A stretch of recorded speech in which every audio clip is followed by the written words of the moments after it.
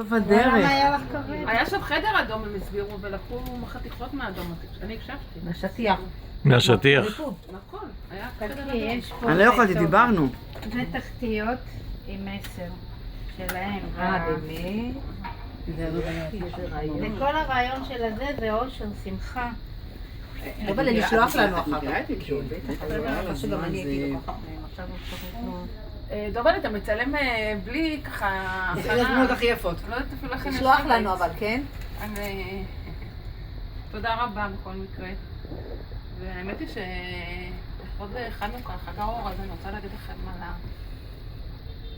לא מתאים. על האור אמרתי לך בדרך שמותר שלי. לבכות. אמרתי לך שמותר לבכות. על נקודות האור הקשות שבדרך.